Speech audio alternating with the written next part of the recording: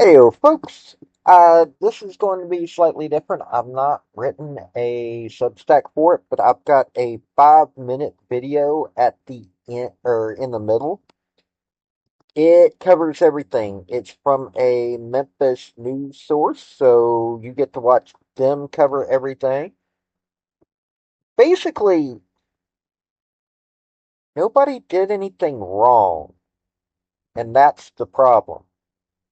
The cops were doing their job. They weren't given all the information, so they didn't know what was going on.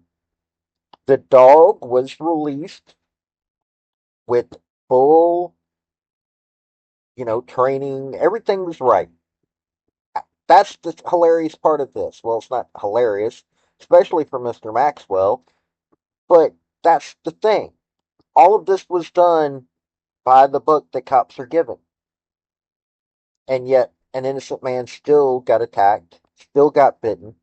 This happened in 2022. I know that Mr. Maxwell is suing, but haven't heard anything. So let's get my introduction and let's watch the video. Howdy, y'all. This is Paul, the Redneck Thinker.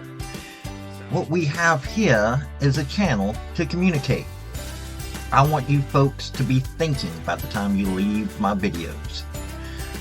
Why? Because I'm tired of people talking via what other people tell them to think. So, watch my video and enjoy the chance to think for yourself. A man is in his kitchen when police burst in and their dog goes on the attack. They were looking for two burglars, but not him. Pretty disturbing. WREG investigator Jessica Gertler uncovers the body camera footage and asks, how could this happen? We want to warn you, the video is disturbing. Memphis 911. A rainy night in January 2021. Tell me what you need police there for. There's a break-in into the building. At First Congregational Church in Cooper Young, staff called 911. I've got a camera. I've got a security camera. But you're looking from home? Yes. Officers arrived and talked to staff at the church. But there's one other person that's supposed to be. He's in a locked apartment upstairs. Okay. You then see officers enter the building with a K-9 unit, followed by an announcement. Memphis Police Department, K-9 unit, come out over and release the dog. Come out now. The dog is then taken off the leash and starts to lead the group. The church sits on almost an acre of land. We used our drone to give you an idea of the layout. Staff explained the three buildings are connected. There's a keypad to get from one part to the next. Staff told 911 the thieves were spotted in the middle building's basement. Up there is the hostel.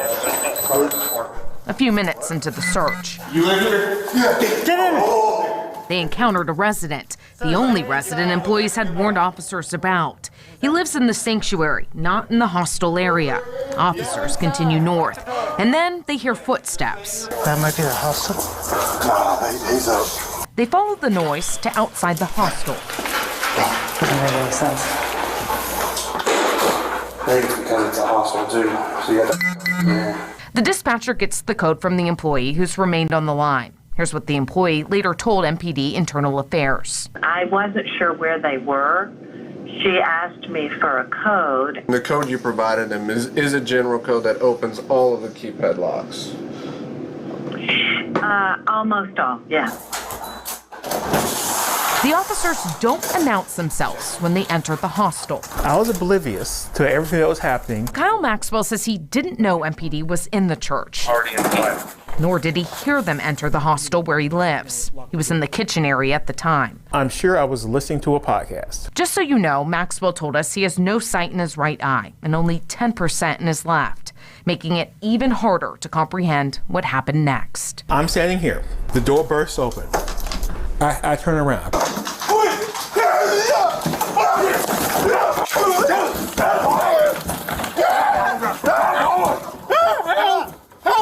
Help! We're gonna help you. Who is this? I didn't know what was going on. And I just knew that there were several men were holding me down, that a dog was biting me. Relax. What are you doing here? I live here. Are you the Jew? Yes. Are you the guy that we just saw?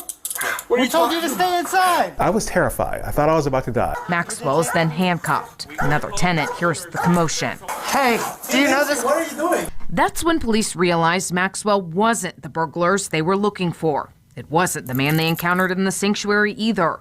The man they put in handcuffs was just a man in his kitchen. Officers told Internal Affairs they weren't given clear information. All they knew was that no one was supposed to be inside the building except for one person on the third floor.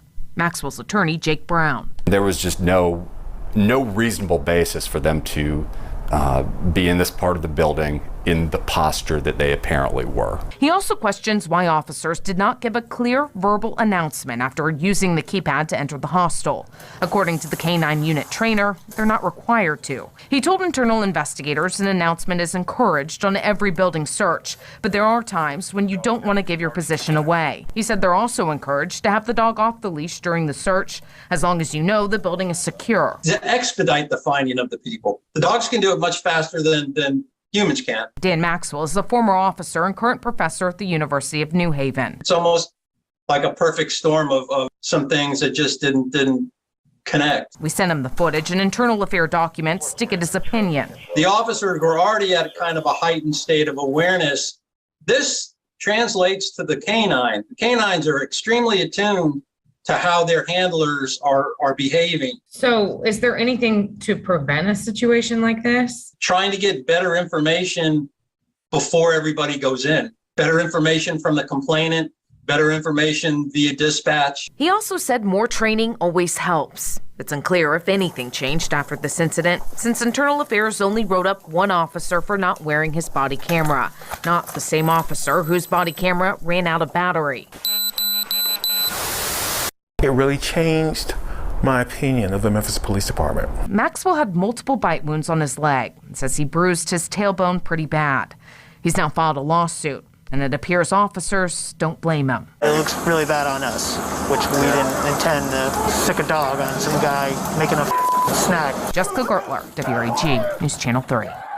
And now waiting for his day in court.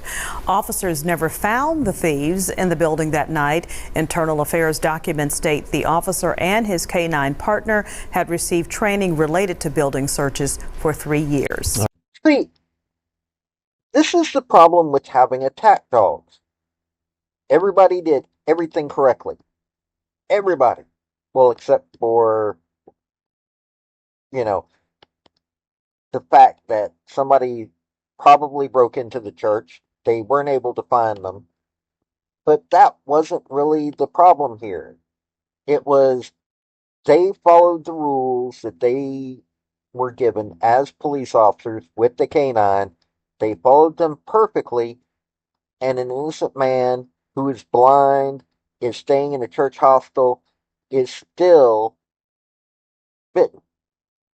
That's the problem here. The dog did nothing wrong. The dog did what the dog was trained to do. That's just it.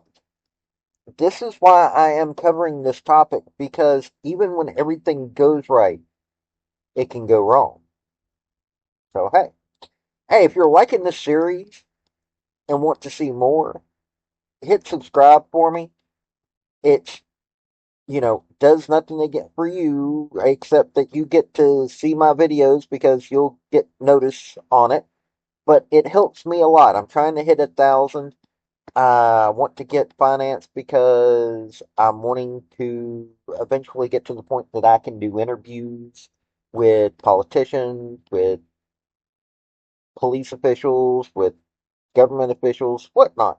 So, if you don't mind helping me out, I would greatly appreciate it. This has been Paul, the Redneck Thinker. Y'all have a good day now. Bye. Folks, I just want to say thank you for listening.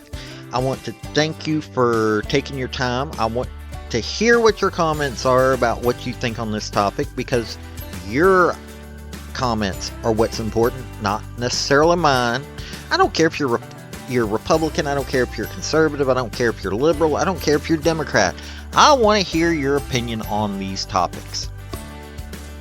I want to thank you yet again for listening to my video. Like, subscribe, and all that other hoopla. This has been Paul, the Redneck Thinker. Y'all have a good day now. Bye.